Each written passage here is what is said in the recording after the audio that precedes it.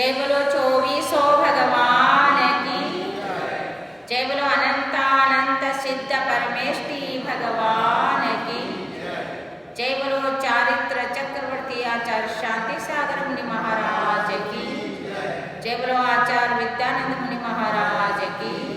जय बोलो धीर सेन मुनि महाराज की। जय बोलो हरिका श्रुतमती माता जी की। जय बोलो हरिका भरतमती माता जी की।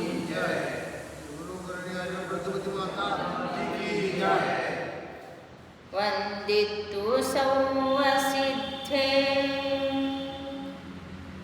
ध्रुवमचल मनोवमं गदिं पत्ते ओच्छामि समय पाहुणमिनमो सुदकेवलीभनिदम्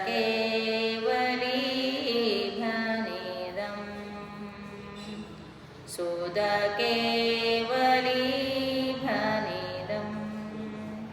सुदकेवलीभनिदम्।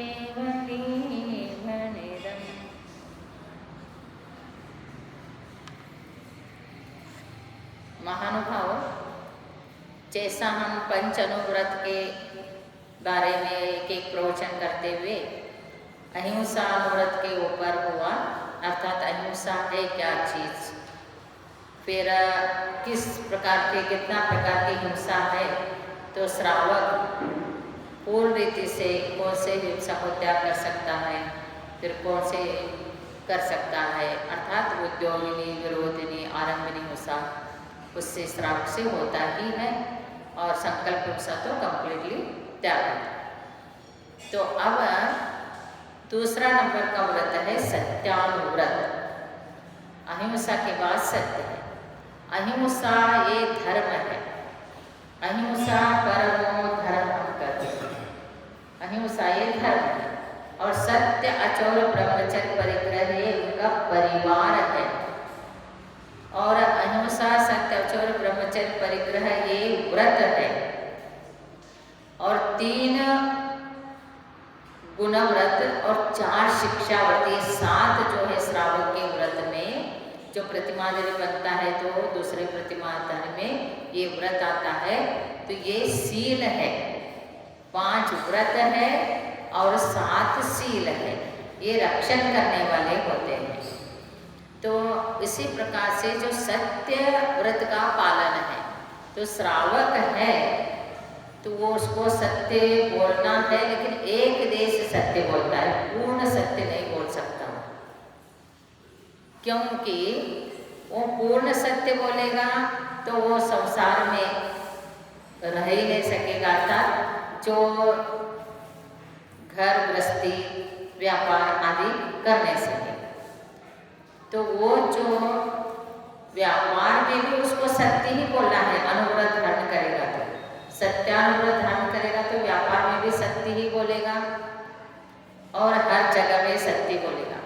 लेकिन उसका एक देश ही सत्य क्यों कहा, तो कभी परिवार के ऊपर कोई संकट आ जाए तो उसको रक्षण करने के लिए वो झूठ बोल के वो रक्षण करेगा। कोई जीव का रक्षण करना है तो उसके लिए वो झूठ बोल के रक्षण करेगा। फिर धर्म के ऊपर संकट आया है तो श्रावक के लिए अलाउड है, साधु तो ये भी नहीं करते हैं। इसलिए सत्य का, जैसा सत्य अनुव्रत में जिस प्रकार से इस प्रकार से जो बोल के रक्षण करता है, तो हमारे आचार्य ने कहा वो जो सत्य है, यदि जीव का घात होता है, धर्म का हानि होता है, तो सत्य बोलेगा तो भी वो असत्य ही है। और धर्म का रक्षण होता है और प्राणियों का रक्षण होता है तो असत्य बोलेगा तो भी वो सत्य है। ये पहले सत्य और असत्य का परिभाषा समझ लो, नहीं तो आप बोलेंगे असत्य कैसे बोल सकता है, क्योंकि जीव का रक्षण है, ये मेन चीज़ है। तो व्रत तो लेते हैं लेकिन जीव का रक्षण करना वो मेन चीज़ है। इसलिए और कोई संसार में रहते हुए भी कोई चीज़ बोलता है, बात करता है, तो फिर किसी को वचन दिया है तो उसको पालन करना ही होगा। यदि जैसा बोला है वैसा उसको करना ही होगा, तभी उसका सत्यव्रत का पालन होगा। और इसलिए आपको मालूम है, ग्रस्त अवस्था में रहते हुए भी कितने लोगों ने अपने वचन को देखकर कितने सारे राज्य को भी छोड़ा है। जैसा दशरथ राजा ने वचन दिया था, वो सत्य बोलना है, नहीं वो मैंने कुछ कहा नहीं था बोलेंगे तो असत्य हो जाता। फिर उसने वचन दिया तो क्या कह दिया, वचन दिया है तो जो कुछ भी, जब वचन देते हैं तब कंडीशन भी नहीं डालते, आप क्या मांगोगे ये बताओ, ऐसे भी नहीं। उसने कहा वर दे दिया, वर दे, वर देने के बाद क्या मांगते हैं इसके बारे में वो सोचते ही नहीं है। सब लोगों ने राज्य मांगा, जैसा वो 4 मंत्रियों ने भी सिंह राजा को जीत कर, जो वात्सल्य में आता है, तो वो पद्म राजा से वर मांगा तो उन्होंने प्रसन्न भी दे दो बोले तो वो राज्य दे दिया। और ऐसे वचन तो वचन ही होता है, वैसे दशरथ राजा ने भी वचन तो वचन ही, उन्होंने भी पूरा कैकेयी के लिए जो कहा था, ठीक है जो वचन है तो तुम मांग रहे हैं, राज्य तो भरत को दे दिया, तुमको तो कोई भरत का राम का ये। तो इसी प्रकार से जो वचन दिया जाता है, घर गृहस्थी में भी, संसार करते में भी, पति पत्नी हो, भाई भाई हो, परिवार हो, सभी लोग जो भी होंगे वो सभी के सभी कैसे रहना चाहिए, सत्य बोलेंगे और सत्य ही आचरण करेंगे तो उनको विश्वास होता है। उनको क्या होता है कि विश्वास होता है कि ये सत्य बोलते हैं, इसलिए वो विश्वास के कारण वो क्या करते हैं कि उसके ऊपर सारे छोड़ के जाते हैं।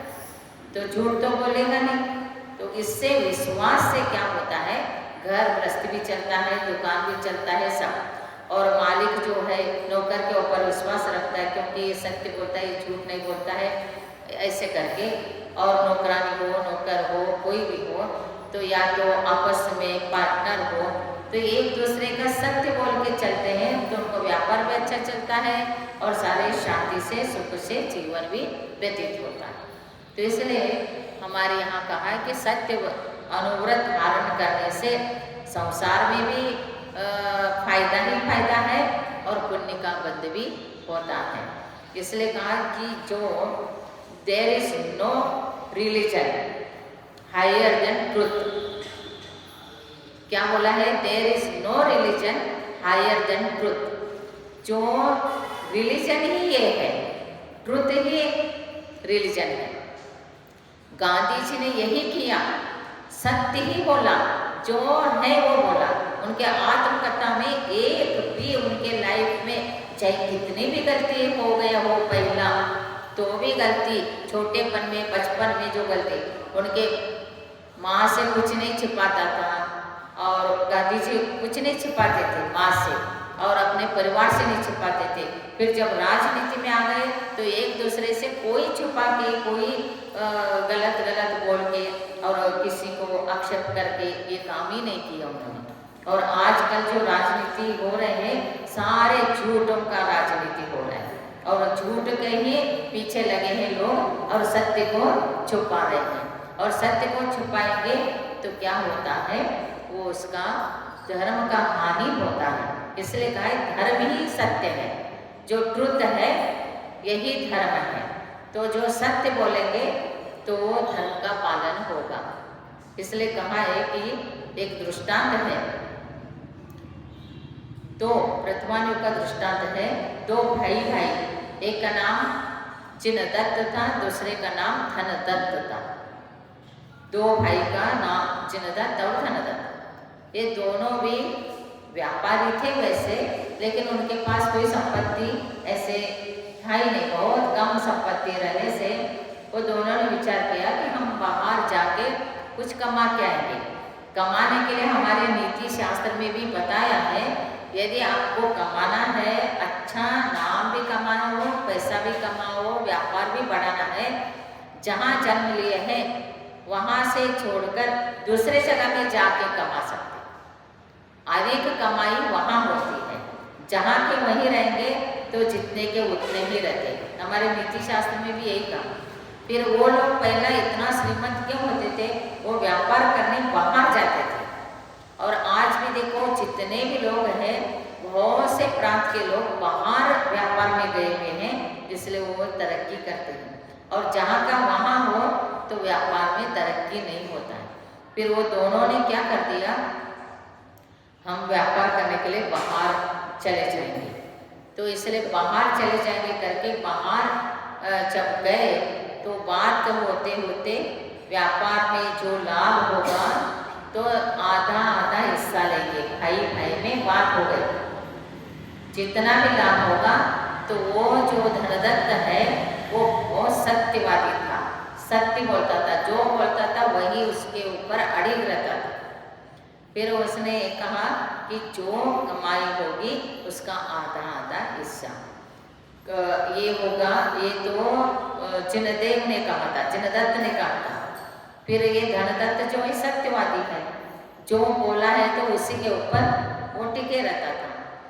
फिर हुआ क्या है, व्यापार करने गए और व्यापार में खूब कमाया, 6-6 महीने बाहर रह के खूब कमा के जब रिटर्न आ गए घर तो वो जिनदत्त जो है थोड़ा थोड़ा ही उसको धन देने लग गया, थोड़ा ही देता था।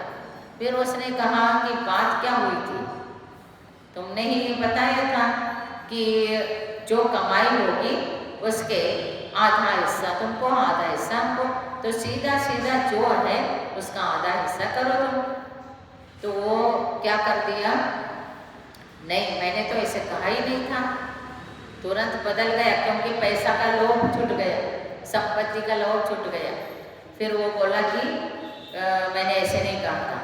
फिर उसने बोला नहीं ऐसे ही कहा था तुमने, आधा हिस्सा तुम्हारे को आधा हिस्सा मेरे को। फिर उनके पास कोई प्रूफ ही नहीं था, सिर्फ बोले ही थे, लेकिन वो सत्यवादी था धनदत्त, तो उसी में अड़े रहा। फिर उसके बाद परिवार लोगों को बताया गया इसने ऐसे बोला था, तो इसने इस प्रकार झूठ बोल रही है और अभी मेरे को धन तो इतनी इतनी थोड़ा थोड़ा दे रहा है।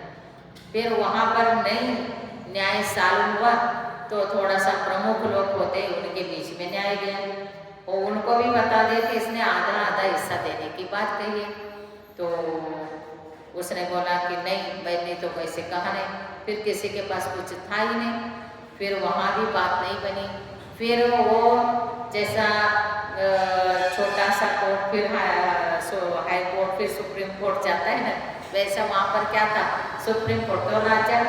तो राजा के पास गए, तो राजा के पास गए तो इनके पास कोई प्रूफ ही नहीं है। फिर भी उसने धनदत्त ने बोला कि नहीं इन्होंने ऐसे ऐसे मेरे को बताया था।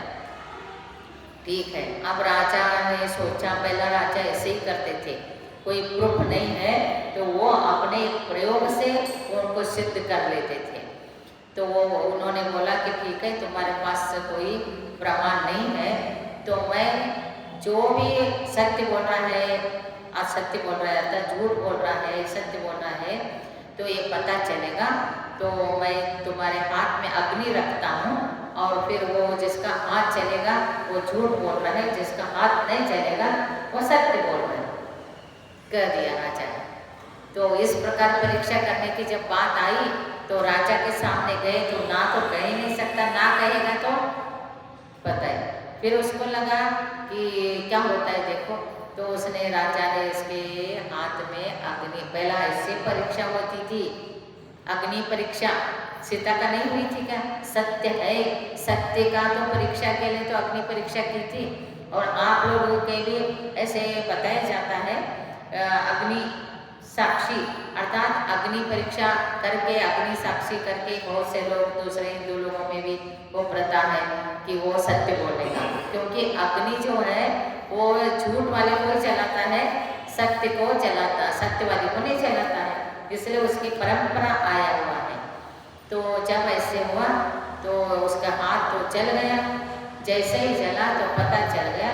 फिर राजा ने उसका भी धन, इसका भी धन वो धनदत्त को ही दे दिया। सारे धन किसके पास आ गया, किसके पास आ गया? धनदत्त। धनदत्त के पास क्यों आया? सत्य बोला। इसलिए सत्य बोलेंगे। सत्य को छुपा सकते हैं, सत्य को दबा सकते हैं, लेकिन सत्य को नष्ट नहीं कर सकते कोई भी। स्वतंत्रता लेने में 10 साल लग गया, लेकिन सत्य को दबाते गए ब्रिटिश लोग, लेकिन सत्य एक दिन प्रकट। इसलिए हर रुपए के ऊपर क्या लिखा रहता है? सत्यमेव जयते। सत्य का ही जय होता है। कितना भी वो करे, झूठ बोले, कितना भी कुछ दिन झूठ बोल के राज करे, लेकिन वो टिकता नहीं है, क्योंकि एक न एक दिन उसका कर्म उसको बाहर निकाल ही देता है। तो इसलिए उसने जैसे ही झूठ बोला था और उसको लग रहा था अब तो मैं ही हूँ बड़ा और मैं जो कहूँगा वही सारे सत्य। तो इसलिए कोई भी जगह में, कोई भी जगह में जो भी बोलते हैं उसका पालन करना। पहले विचार करके बोलना, और बोले हैं तो उसको करके ही दिखाना। तो इस प्रकार से सत्य का अनुव्रत धारण करने से और उनका यश बढ़ता है, कीर्ति होती है। और सब मैंने कल एक दृष्टांत दिया था, लेकिन आज आपको एक दृष्टांत वही दे रही हूँ। जैसा एक अंधेर राजा, और वहाँ पर राजा जो था वो बहुत अच्छा राजा, फिर वो प्रजाजन का पालन पोषण बहुत अच्छी तरह से करता था और प्रजा के तरफ उसका पूरा ध्यान रहता था।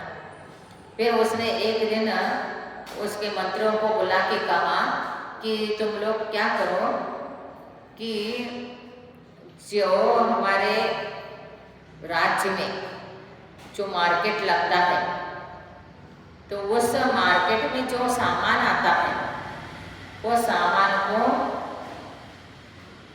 खरीदने के लिए लोग आते हैं, बेचने के लिए लोग आते हैं। तो जो भी बेचा जाएगा तो बेच जाएगा, और कोई खरीदा नहीं रहेगा, मीन्स खरीदा नहीं जाएगा।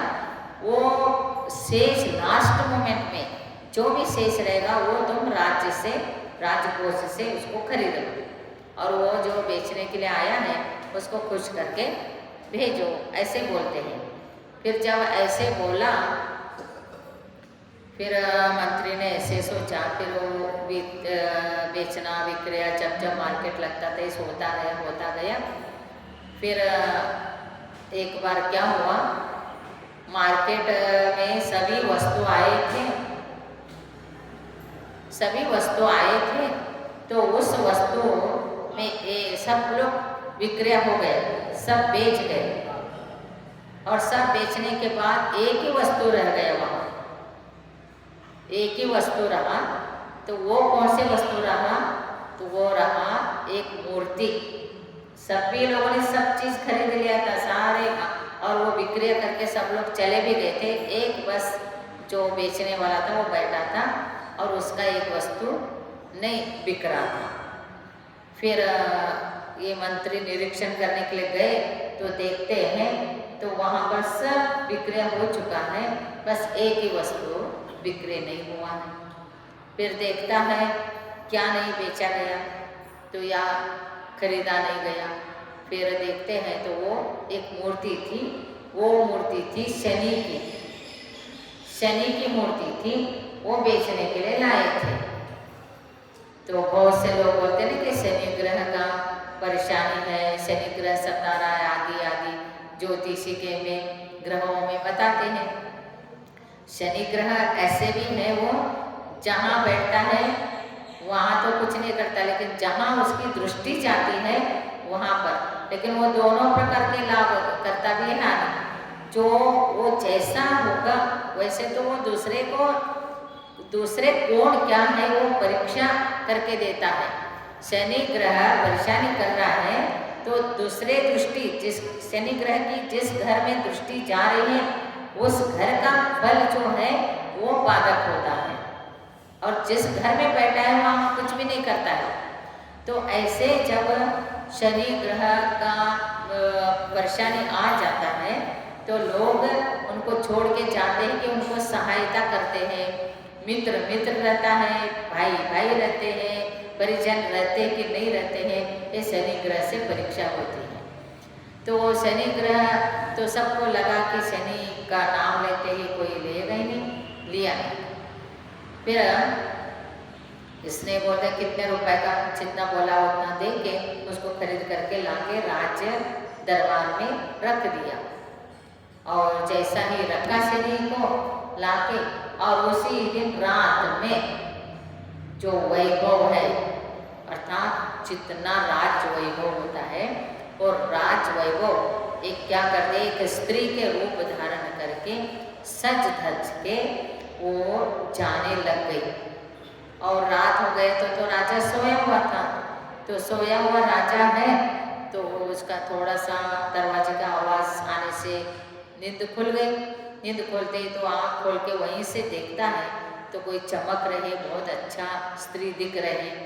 तो कौन है देखे, पूछता है कौन है, तो वो बोलती है वैभव तो थी, लेकिन वो स्त्री सज धज के रूप बनाए थे, मैं वैभव जा रही हूँ। तो जाओ बोल दिया,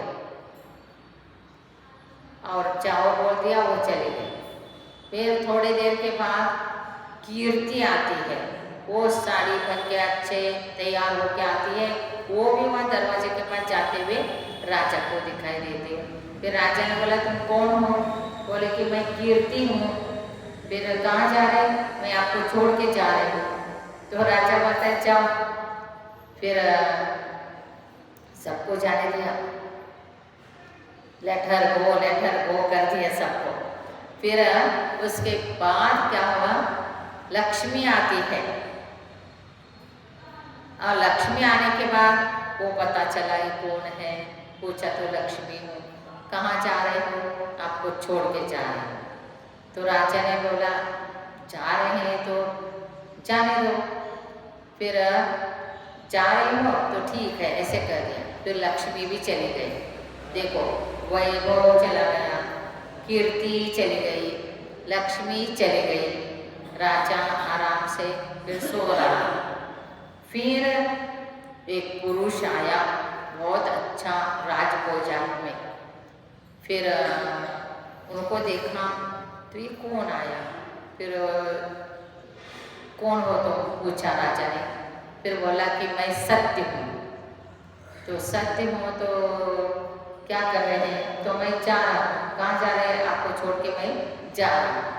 तो जैसा ही सत्य ने ऐसे कहा, वैसे राजा उठ के बैठ गया और दौड़े दौड़े वो सत्य का पैर छू लिया, पैर पकड़ लिया। नहीं, मेरे को छोड़ के आप नहीं जा सकते, क्योंकि आप हैं तो मैं हूँ। आप ही मेरे लिए जीवन में सब कुछ है, सत्य ही मेरा सब कुछ है। तो सत्य को जाने नहीं दिया राजा ने, किसी भी हालत में सत्य को जाने ही नहीं दिया।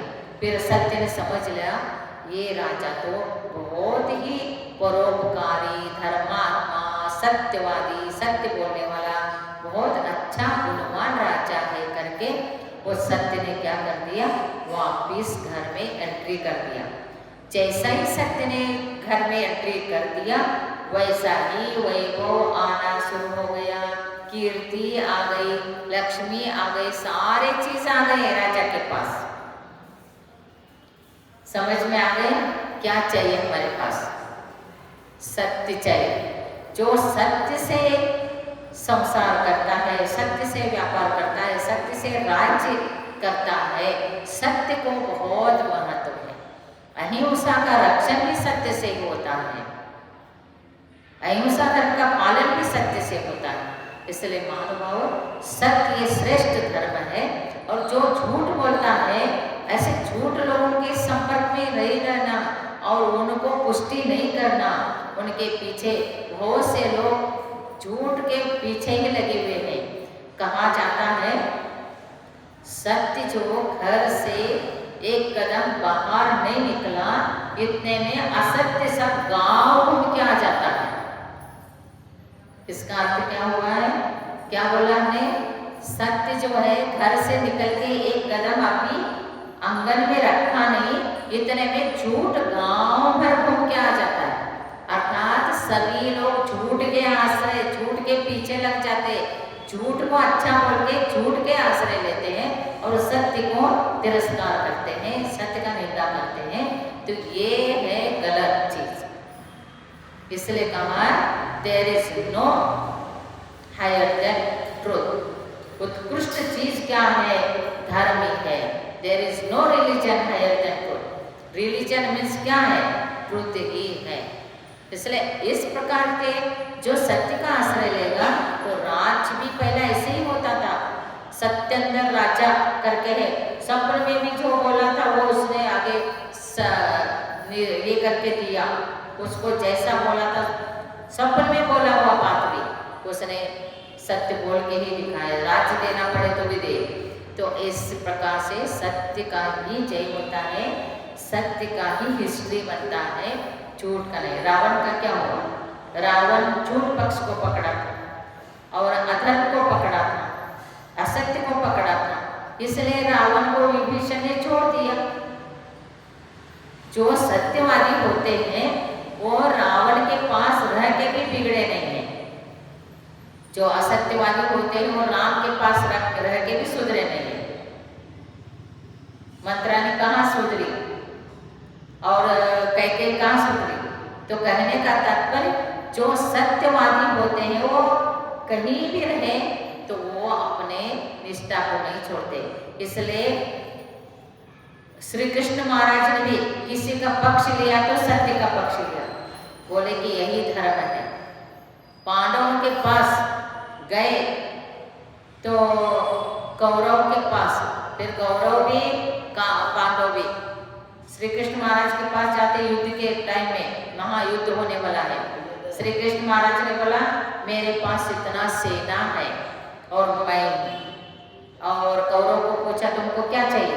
कौरव ने बोला मेरे को सारा का सेना चाहिए। और पांडव को क्या पूछा? आपको क्या चाहिए? बस आम चाहिए। फिर धर्म जहाँ है मैं वहीं रहूँगा, ऐसे दूत बन के पांडवों का महान त्रिकंडाधिपति श्री कृष्ण महाराज, और ये वनवास में है, युद्ध करने का प्रसंग आ गया तो किनका आश्रय लिया? धर्म का आश्रय। धर्म क्या है? सत्य धर्म, सत्य धर्म का आश्रय लिया। इसलिए जय किसका हुआ? सत्य में वो जयते, जय हुआ पांडवों का। 5 ही पांडव है और एक श्री कृष्ण महाराज, और उनका पास सेना ही सेना है, लेकिन सब धराशायी हो गए। क्यों? असत्य का आश्रय लिया। इसलिए असत्य का आश्रय कभी लेना, और श्रावक अवस्था में भी सत्य अनुव्रत का पालन करते हुए आप व्यापार भी कर सकते हैं और संसार भी कर सकते हैं और धर्म को भी चला सकते हैं और सारे धर्म प्रभावना भी कर सकते हैं। इसलिए इस प्रकार सत्य अनुव्रत का महत्व समझ के सत्य अनुव्रत पालन करें। जय बोलो 24 भगवान की जय। नमो हरिहंतानम, नमो सिद्धानम, नमो ऐरानम, नमो वचायाणम, नमो लोभे सौसाहुनम। जय बोलो बाहुबली भगवान